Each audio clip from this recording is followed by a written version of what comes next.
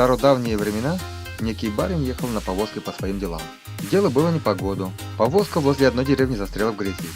Выехать назад нельзя, а тем более поехать вперед она тоже не смогла. Пригнали мужиков из ближайшей чувашской деревни. Те вынесли повозку из грязи на руках и поставили на сухом месте. Надо мужиков поблагодарить.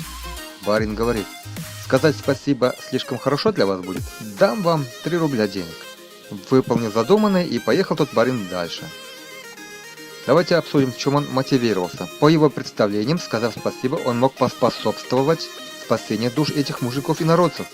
Отдав деньги, он, возможно, рассчитывал, что темные мужики купят на его деньги спиртное и, употребив сей напиток, опьянеют и сотворят недостойные дела перед всем миром. А значит, согрешат перед Всевышним. Если принять это за истину, то значит слова «спасибо», «спаси Бог», сказанные от души, на самом деле может поспособствовать благополучию другого человека. Мужики могли не рассчитывать на благодарное отношение незнакомого барина в такой манере.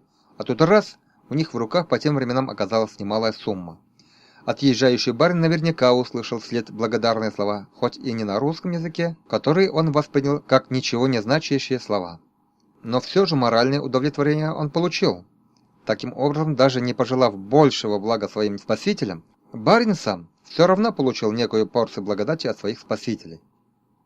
Размышляя о важности для человека денег или пожелания добра, недавно столкнулся с этим вопросом совершенно в другом ракурсе. В небольшом автобусе на видном месте вижу такое выражение: «Лучше рубль, чем большой спасибо». Что это? За 100 лет цена денег сильно возросла?